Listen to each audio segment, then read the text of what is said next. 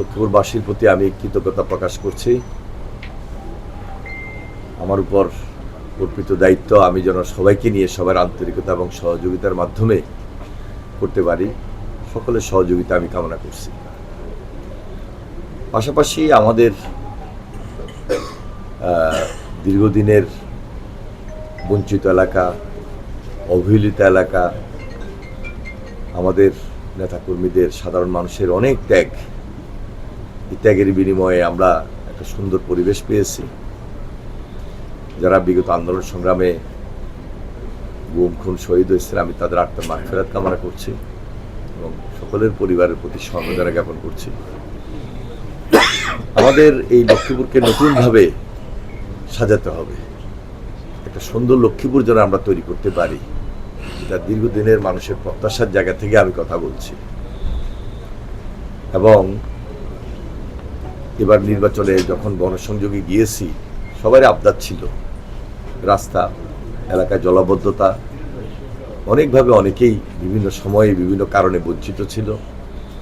এই বঞ্চনা, বঞ্চিত অবস্থা, অবহেলার শিকার হওয়া, সব কিছু আমরা এখন যেন নতুন লক্ষ্মীপুর গড়ে তুলতে পারি, নতুনভাবে নির্মাণ করতে পারি, সেই দিকে আমাদের বেশি নজর থাকবে।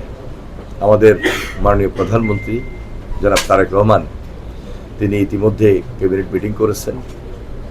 আইনশৃঙ্খলার উন্নতি যেন ঠিকমতো, আইনশৃঙ্খলা যেন সুন্দরভাবে থাকে, সেই দিকে বিশেষ নজর দিয়েছেন। রমজান মাস, এই রমজান মাসে দ্রব্যমূল্য যেন নিয়ন্ত্রণে থাকে এবং পাশাপাশি এলাকার উন্নয়ন আমরা কীভাবে অব্যাহত রাখবো, সেটা যে কোনো অবস্থান থেকে, যে কোনো ডিপার্টমেন্টে আমাদের দায়িত্বশীলতার সহিত কাজ করতে হবে। বিশেষ করে লক্ষ্মীপুর সদর হাসপাতাল, এই সদর হাসপাতালের চিকিৎসা নাই বললেই চলে। নতুনভাবে এই চিকিৎসা যেটা মৌলিক অধিকার, সে মৌলিক অধিকার অবস্থান থেকে আমরা মানুষের পাশে থেকে কিভাবে সহায়তা দিব, সেই দিকে বিশেষ নজর রাখছি। আগামীকালকে আমাদের একটা আইনশৃঙ্খলা এবং উন্নয়নমূলক একটা মিটিং রয়েছে, সেই মিটিংয়ে আমরা বিস্তারিত আলোচনা করব। আর সবচেয়ে দীর্ঘদিনের যে দাবি লক্ষ্মীপুরের জলাবদ্ধতা, এই জলাবদ্ধতা দূরীকরণের জন্য আমরা ইতিমধ্যে সবচেয়ে বেশি যেটা প্রায়োরিটি দিব, সেটা হলো আমাদের এই গ্রেটার নোয়াখালীর মধ্যে একটা নতুন প্রকল্প, সেটা হলো বুলুয়া নদী খনন এবং রমতখালী খাল পুনঃখনন।